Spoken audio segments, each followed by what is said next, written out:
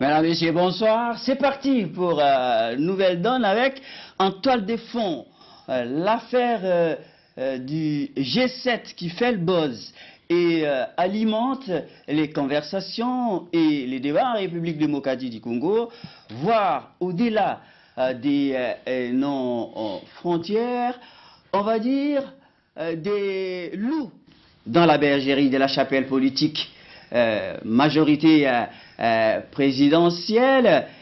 En tous les cas, les masques sont tombés et sans tarder, coup sur coup, les sentences sont également tombées, à commencer par la foudre présidentielle qui traduit, vous vous en doutez, les courroux, mais aussi les ras-le-bol de l'autorité morale. Deux personnalités et non moindre de l'exécutif sont limogés et en tous les cas, au-delà aussi, les bureaux politiques de la majorité présidentielle, sans tarder, a également annoncé un certain nombre de mesures.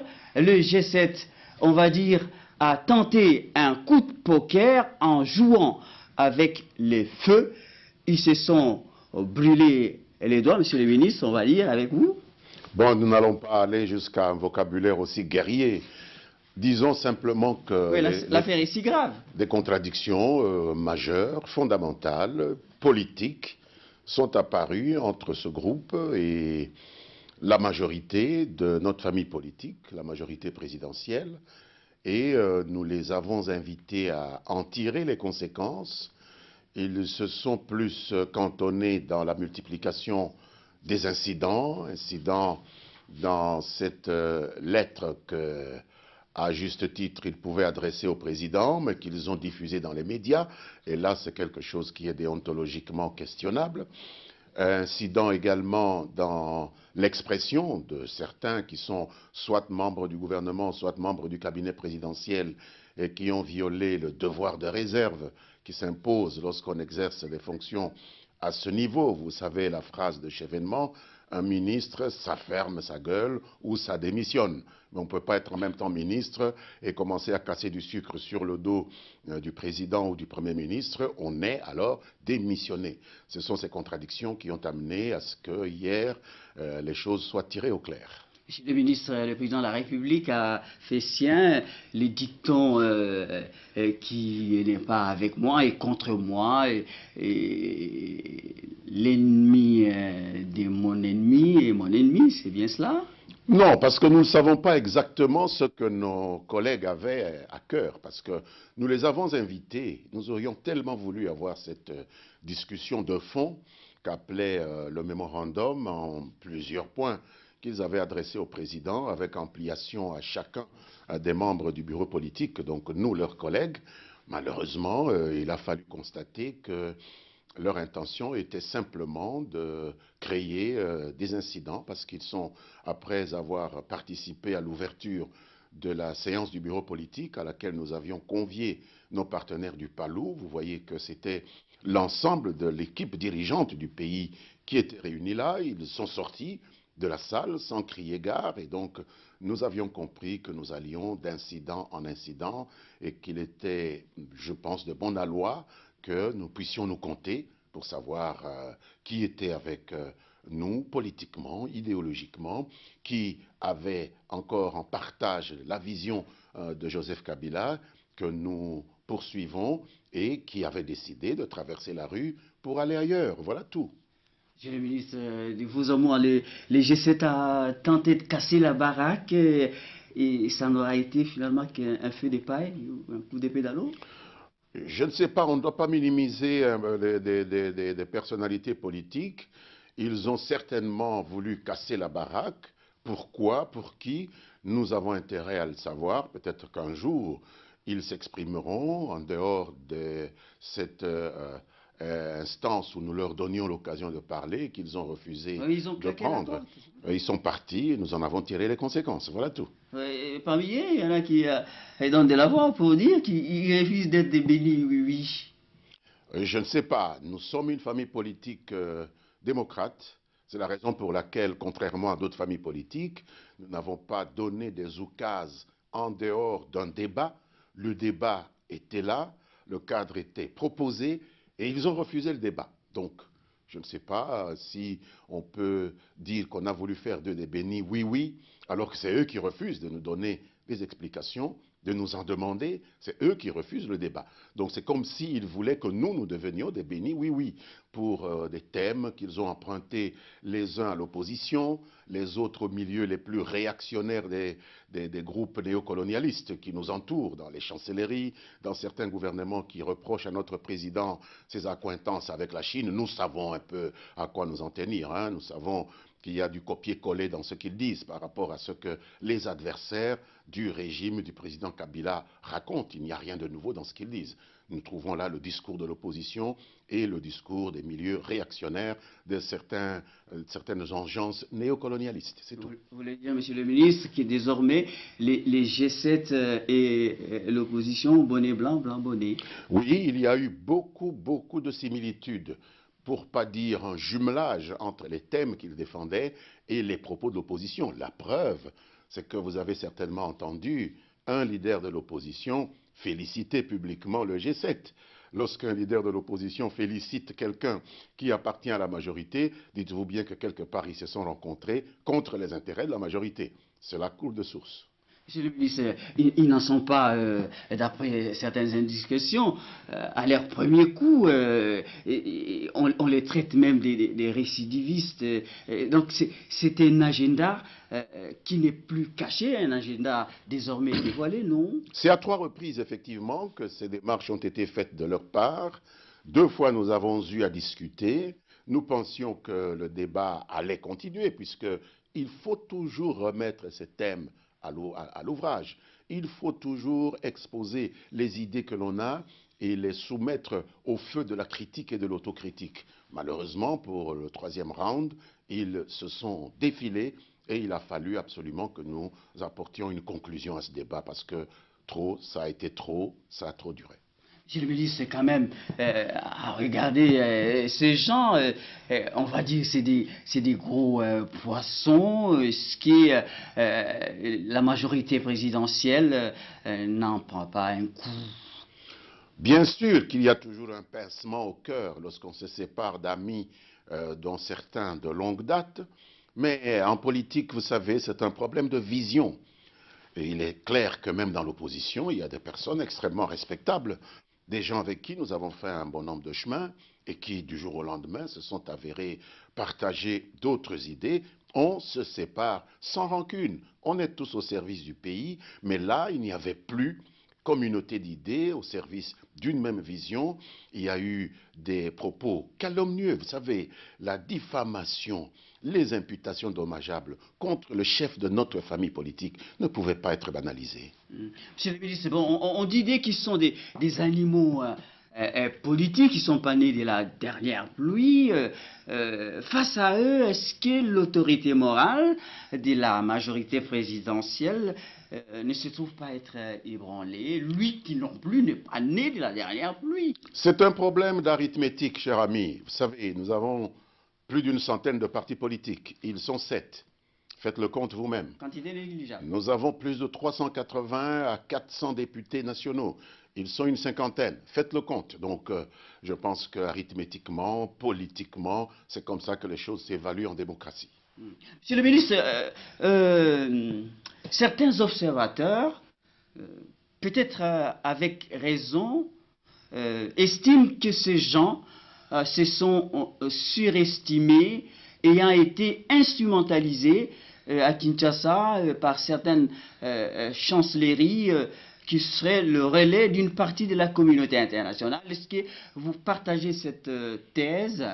Je ne suis pas loin de partager cette thèse, surtout lorsque j'ai entendu un porte-parole de la mission onusienne prendre position pour eux avant les décisions que nous avons prises de constater qu'ils s'étaient auto-exclus, se félicitant même des propos calomnieux qu'ils avaient répandue dans l'opinion contre notre président, y voyant la preuve qu'il y avait la démocratie, sincèrement, nous ne voyons pas en quoi le fait de calomnier un président est un exercice démocratique. C'est un manque plutôt de respect vis-à-vis de l'opinion publique. Raconter des mensonges à l'opinion n'a jamais été une preuve de bonne santé démocratique. La démocratie veut que l'on respecte l'opinion du peuple, que l'on dise la vérité au peuple. Lorsque le président n'a pas attenté à la Constitution, n'a pas dit qu'il veut violer la Constitution, il ne faut pas dire que le président attente à la Constitution, viole la Constitution pour faire plaisir à ses adversaires. Ça n'a rien de démocratique. Au contraire,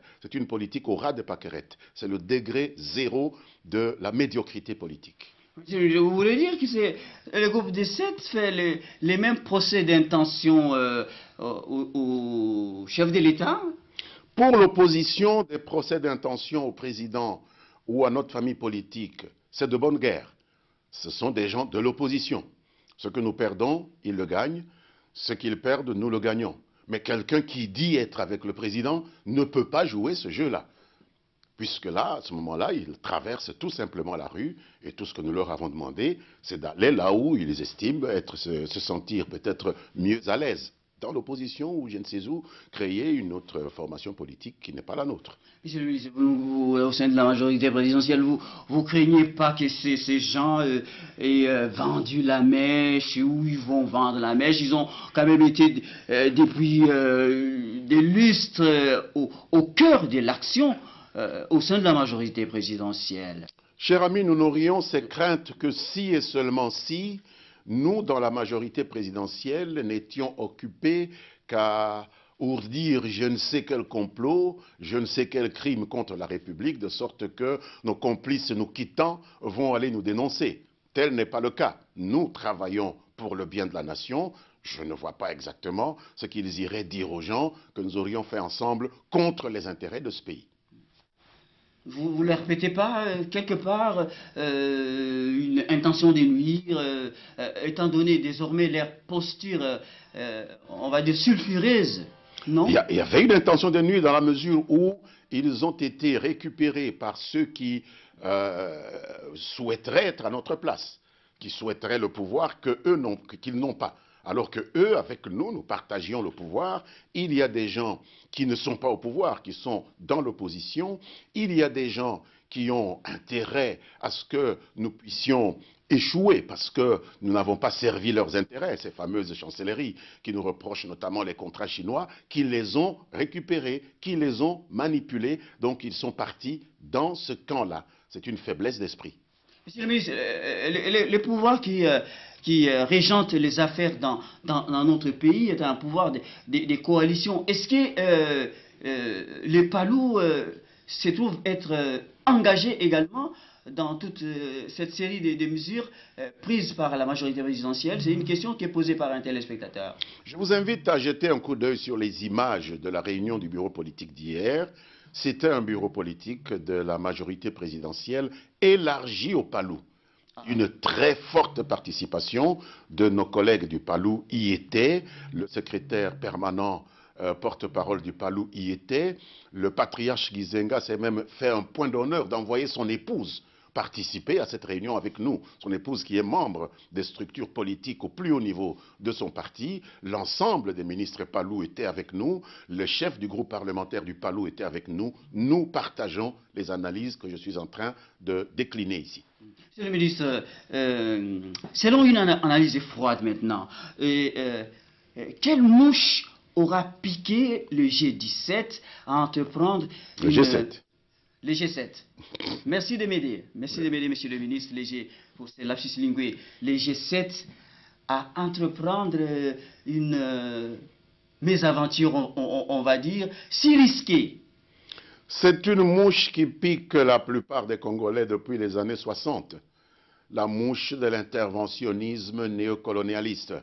La mouche des nostalgiques de la période coloniale qui viennent tout le temps vous dire que vous ne pouvez pas trouver des solutions par vous-même aux problèmes de votre pays, qu'il faut aller chercher l'inspiration auprès des maîtres d'hier qui veulent rester les maîtres d'aujourd'hui sans qu'ils soient fils ou filles de ce pays, c'est la mouche de l'interventionnisme extérieur qui pique aussi certains de nos compatriotes dans l'opposition et qui inspire souvent des discours antinationalistes. Parce que nous sommes fondamentalement un pouvoir nationaliste, lumumbiste. Alors, qu'est-ce que ça vous inspire à l'annonce de cette fronde chez le ministre Lambert Mende, dans les rangs de ceux qui sont en face de vous? On a sablé le champagne, on a ri aux éclats, on a fait la fête. Qui donc?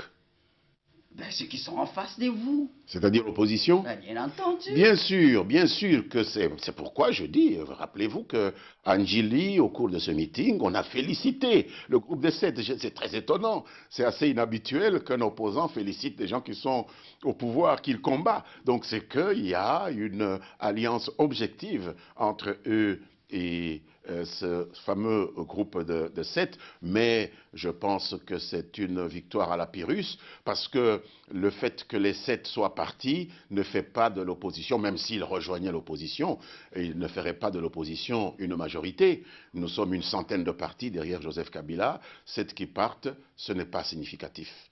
Nous sommes plus de 380 députés derrière Joseph Kabila, une cinquantaine qui part, et encore, il y a des questionnements. Vous avez vu vous-même plusieurs députés de leur parti prendre fait et cause pour la majorité présidentielle, c'est-à-dire qu'ils vont en perdre plus que la moitié. Ça n'est pas le vent qui va changer la donne au niveau du Parlement. Donc, c'est une victoire à la Pyrrhus, une fausse victoire. Les MSR, hein, dont c'est tout être l'autorité morale, l'ex, désormais, conseiller spécial du chef de l'État en matière de sécurité, lui apporte tout son soutien. Vous dites quoi? Oui, avec 26 députés, bon, nous en avons 380. Analysez vous-même, je ne voudrais pas me transformer en professeur d'arithmétique. 26 députés sur 380. En revanche, Kyungu Koumanza, désavoué par son parti. Et par pratiquement l'ensemble des députés, par même la ministre qu'il a au gouvernement, c'est extrêmement clair que ce sont des initiatives, pour la plupart, tout à fait personnelles, qui n'engageaient pas les partis. Nous sommes intéressés par la position des partis politiques, pas par la position d'individus qui se confondent avec leur parti. C'est une façon de faire fonctionner la démocratie qui n'a plus sa place dans un système comme le nôtre. Attendez, monsieur le ministre Lambert Mende, au sein de la majorité présidentielle, vous ne redoutez pas les faits que ces gens vont aller ouvrir d'autres fronts? Mais nous avons déjà comme ça des enjeux de taille à venir. Nous avons un front autrement plus redoutable de l'opposition. C'est une lutte démocratique. Je ne sais pas s'il n'y avait pas ce front. Comment parlerions-nous de démocratie dans notre pays? C'est important qu'il y ait ces fronts, puisque le débat d'idées se clarifie, mais il ne faut pas venir dans nos rangs pour nous combattre. Il ne faut pas venir nous poignarder derrière, alors que nous avons un combat loyal vis-à-vis de l'opposition. Et donc, je pense que c'est une clarification qui, à mon avis, est tout à fait profitable au jeu démocratique. Ça veut dire quoi? Vous entendez parler comme ça? Il y avait des taupes au sein de la majorité présidentielle et il y en a encore. Tirez les conclusions que vous voulez tirer, mais en tous les cas, ces personnes qui étaient avec nous jusqu'à hier, manifestement, n'étaient pas avec nous. Et donc, nous étions dans une situation extrêmement dangereuse. Maintenant, les choses sont un peu plus claires. Nous savons maintenant consolider notre action. Nous savons maintenant cibler notre action sur le devant et avoir cette lutte tout à fait loyale, cette lutte de face avec nos compatriotes de l'opposition, qui est une lutte d'idées et pas une lutte sournoise où on vient le jour vous dire qu'on est avec vous et la nuit on vient vous grignoter par derrière. Est-ce que vous partagez l'interrogation d'un téléspectateur selon laquelle que ces gens auraient, moi je prends avec des gants, des ambitions électoralistes, présidentielles? Tout Congolais a le droit d'avoir une ambition électoraliste, quelle qu'elle soit. C'est tout à fait normal. On ne peut pas leur faire ce reproche. Tout Congolais a le droit d'aspirer à devenir président, député ou je ne sais quoi. Encore faut-il utiliser des moyens qui soient loyaux, acceptables. des moyens qui soient conformes à la morale politique. C'est tout ce que nous demandons. Qu'en sera-t-il désormais de la cohésion au sein de la majorité présidentielle au regard du respect de votre charte? Je pense que la cohésion au sein de notre majorité avec ses alliés en sort renforcée. Parce que c'est tous ensemble que nous avons étudié ces propos de nos partenaires, c'est tous ensemble que nous les avons trouvés inacceptables, c'est tous ensemble que nous les avons dénoncés, c'est ainsi que désespérés devant ce mur d'un rein que nous avons érigé face à leur déloyauté, ils ont quitté la salle hier d'eux-mêmes sans que personne ne les chasse. Nous avons dû simplement constater qu'ils s'étaient auto-exclus. Nous n'avons pas eu à exercer cette dialectique que nous pensions pouvoir exercer. C'est qu'il y a beaucoup plus de solidarité. Ils s'en sont rendus compte. Ils n'ont pas lézardé l'édifice et désespérés, ils sont partis. Monsieur le ministre, on peut s'attendre à un effet domino jusque dans toutes les institutions. Ces gens sont exclus des gouvernements, de la présidence de la République. Qu'en sera-t-il au niveau du Parlement et d'autres institutions de la République? Non, le Parlement, on y est par une procédure élective. Peut-être ceux qui sont au bureau du Parlement devront reconsidérer parce qu'ils y sont au titre de représentants de la majorité. À ce moment-là, la majorité qui est au Parlement va devoir se prononcer. Il faut laisser à chacun le temps de prendre ses responsabilités. Le président a pris les siennes hier. Maintenant, la majorité qui est au Parlement va prendre ses responsabilités. Laissons le temps au temps. Mais ça va se décider au niveau du bureau politique, non? Non, la majorité qui est au Parlement. Il y en a qui sont même au bureau politique de ces députés. Bien sûr, ils sont inspirés par le bureau politique. Ce sont des gens qui viennent des partis de la majorité qui sont au Parlement. Donc ils vont prendre des décisions. Vous serez informés Mais la en consigne temps va voulu. aller dans quelle direction, dans quel sens? De tirer les conséquences du fait que des gens qui ne sont plus avec nous ne peuvent pas nous représenter. Voilà tout. Alors, monsieur le ministre, par rapport aux élections qui pointent à l'horizon, est-ce que les G17 ne va pas faire ombrage à la majorité présidentielle? Mais il est naturel que lorsque on prépare des élections, on s'attend à ce qu'il y ait des gens qui vous fassent ombrage, ne fût-ce que ceux qui sont dans l'opposition. Pourquoi voulez-vous que le fait... Pourquoi voulez-vous que le fait qu'il y ait des gens qui aient été avec nous nous fassent ombrage après avoir quitté notre famille politique puisse nous étonner ou que nous puissions dramatiser cela? C'est ça le jeu démocratique.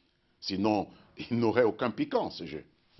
Monsieur le ministre, alors, on va assister dans les jours qui viennent à une recomposition de la majorité présidentielle. Non, la majorité présidentielle, elle est là.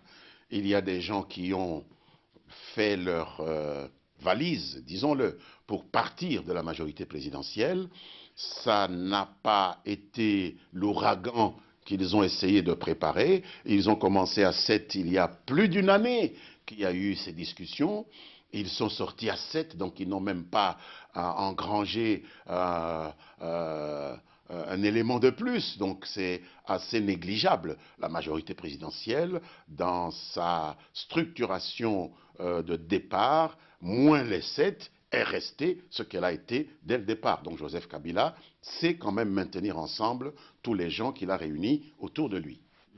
Alors, à l'ère du dialogue, qui est les thèmes chéris du président de la République, son cheval de bataille.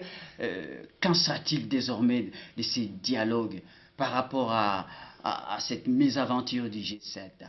Je ne vois pas de lien entre la mésaventure, comme vous dites, du G7 et la nécessité pour les Congolais de pouvoir se parler. Vous savez, l'idée est venue de l'opposition, ce n'est pas eux qui ont donné l'idée. Le président l'a récupéré comme président, pas comme chef de notre famille politique, comme président de la République, garant du bon fonctionnement des institutions. Il a tenu à donner une chance aux élections qui viennent et donc il est allé à l'écoute de ceux qui ont lancé l'idée du dialogue, notamment l'UDPS, bon, Caen, bonjour, mal jour, l'idée fait son chemin. Nous espérons que nous arriverons un jour à dialoguer. Parce que sans dialogue, il n'est pas possible d'arriver à stabiliser une situation politique dans un pays comme le nôtre. Et je peux prendre l'exemple d'un pays que beaucoup donneurs de leçons nous ont brandi au visage comme un exemple de démocratie en Afrique, le Burkina Faso, où on a vu des gens venir ici nous donner des stages de démocratie. Où en sommes-nous aujourd'hui?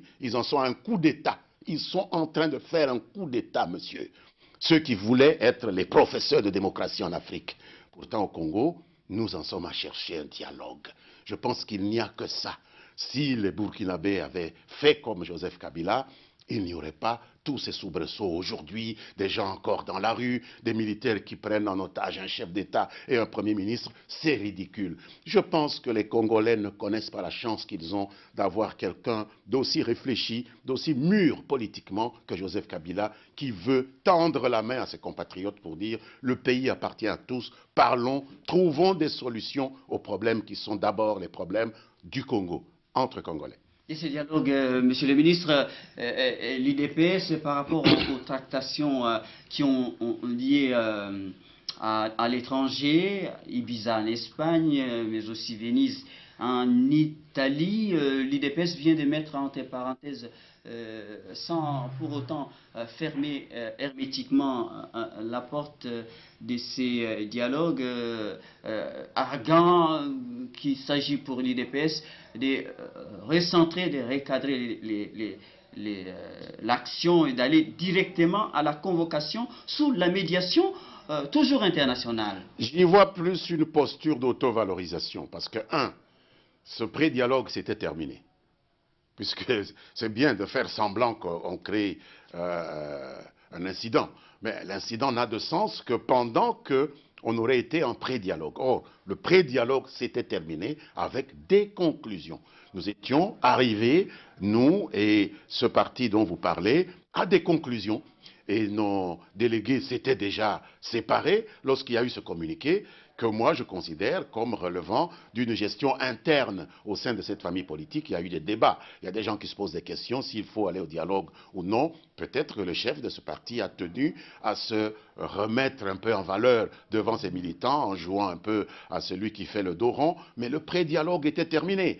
Et je note, comme vous le dites, qu'il n'a pas fermé la porte au dialogue. Oui, et donc pour nous, l'essentiel, c'est le dialogue, monsieur. Ce n'est pas le pré-dialogue. Le pré-dialogue était déjà terminé. Tout le reste, c'est de la gesticulation, de la posture d'auto-valorisation. Ça ne m'intéresse pas. Je ne suis pas membre de l'UDPS et ce débat-là, c'est un débat entre gens de l'UDPS. Alors, selon le secrétaire général de l'UDPS, Etienne Tshisekedi, le président de l'UDPS, dit qu'il faut aller immédiatement, directement désormais à ces dialogues sous la médiation de la communauté internationale. Le président décidera, parce que si c'était le président de l'UDPS qui pouvait en décider, on serait au dialogue. Vous vous rendez bien compte qu'il ne fait qu'émettre un vœu. Mais en réalité, la décision appartient au président qui a l'impérium, qui a la légitimité. Si le président décide de rencontrer ce vœu, eh bien ce vœu sera rencontré. Et nous irons au dialogue. Nous souhaitons le dialogue. Nous savons à quelles conditions. Sans la communauté internationale, enfin la médiation internationale. Nous ne croyons pas que la communauté internationale aime le Congo plus que les Congolais. Nous pouvons parler de facilitation ou quoi, mais prétendre que la communauté internationale va régler nos problèmes à notre place, nous continuons à croire que cela est faux. Et nous nous étions rencontrés déjà avec nos amis à cet égard-là. Donc je pense que c'est un faux débat. Bientôt, probablement, nous aurons ce dialogue. Donc ça ne sert à rien de s'attarder sur ces problèmes qui sont des problèmes internes à l'UDPS. L'UDPS n'était pas au meeting populaire d'Njili. Je ne vous le fais pas dire. De l'opposition aurait été l'objet de diabolisation. Tshisekedi lui-même, leur président, leur leader, et selon certains observateurs, selon certains cadres de la majorité présidentielle, que ces meetings se seraient mués en une sorte de festival de colibés contre la personne de votre autorité morale. Ce qui a entraîné une réaction de certaines personnes, probablement des électeurs du président Kabila. Vous savez qu'il en a plus de 15 millions dans le pays. Alors, la violence verbale, il faut la condamner. Tout comme il faut condamner aussi la violence physique dont ont fait preuve ces gens qui se présentaient comme électeurs ou partisans du président Kabila qui ont réagi à ces colibés. On ne voit pas dans un meeting pour lancer des colibés. Le pouvoir ne peut pas autoriser un meeting pour envoyer des gens pour le disperser.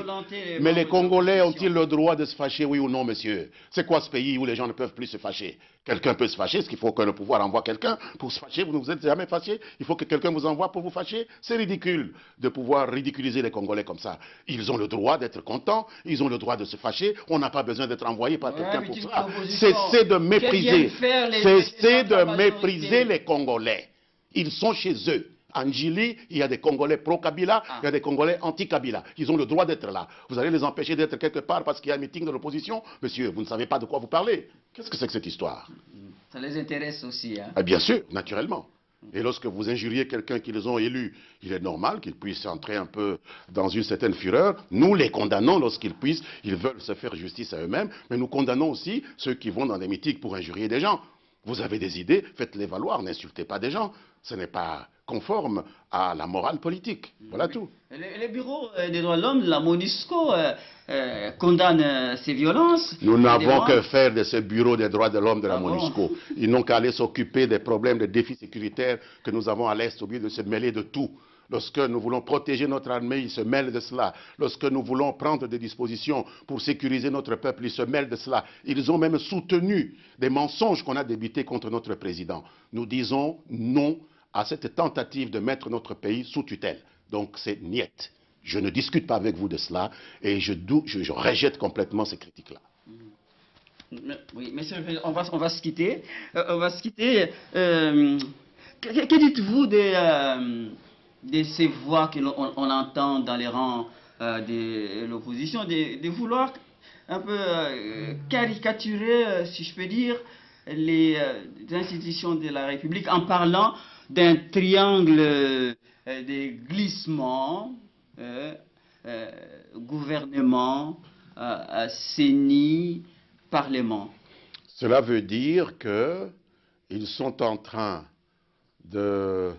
d'insulter leurs propres délégués à la CENI, leurs propres délégués au Parlement, et je pense que... Ils ajoutent même la Cour constitutionnelle. Et la Cour constitutionnelle qui n'est pas composée par le pouvoir. Vous savez de quelle manière on compose ces institutions-là. Donc ils ont oublié qu'ils étaient représentés dans ces institutions, ou bien ils croient que ces institutions ont pour devoir d'exécuter les desiderata de la minorité qui n'est pas au pouvoir. Pas du tout. Les institutions ne sont pas là pour faire des choses en faveur de tel ou de tel autre camp. Et on devient un homme d'État lorsqu'on accepte que les institutions fonctionnent conformément à leurs propres règles, aux règles du droit, et non pas aux desiderata de tel ou de tel autre groupe d'intérêt.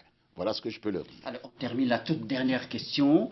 Le G7 a fait son affaire. Le président de la République, autorité morale de la majorité présidentielle, reste maître du terrain, maître de la situation. Le président Joseph Kabila est droit dans ses bottes. Il est à la tête de la famille politique majoritaire dans ce pays, vent debout. Il n'a jamais dit à qui que ce soit qu'il allait malmener la Constitution. Il est inutile de le calomnier. L'opposition, qui n'a pas un programme à vendre aux populations, a pris cette habitude de propager de fausses informations sur cela. C'est un peu de bonne guerre. Nous ne pouvions pas accepter que dans notre famille politique, ces choses puissent se répéter. C'est pourquoi il y a eu cette réaction de sévérité vis-à-vis de nos partenaires qui se sont laissés prendre à ce petit jeu de facilité parce que manipulés par l'opposition et par les chancelleries qui ne peuvent en tout état de cause pas nous aimer mieux que nous nous aimons nous-mêmes. Voilà, Lambert Mende Omalanga, cadre de la majorité présidentielle, lui-même membre du bureau politique de la majorité présidentielle. Merci d'avoir été là, apporter ces éclairages. Merci à tous les téléspectateurs des Nouvelles Donnes. J'avais disparu, vous avez constaté du plateau des Nouvelles Donnes, loin des caméras. 6 semaines comme ça, j'étais à l'hôpital, voilà, pour ceux qui veulent savoir. J'étais entré dans le coma, 6h, 7h. Dieu a voulu me ramener à la vie pour continuer à vous servir, à me mettre toujours au service de la nation. Je loue le Seigneur. Merci, monsieur le ministre. Je vous souhaite une bonne convalescence. Oui, tous ceux qui m'ont soutenu, aidé d'une manière ou d'une autre. Merci aussi à vous, monsieur Lambert Mende au Malanga.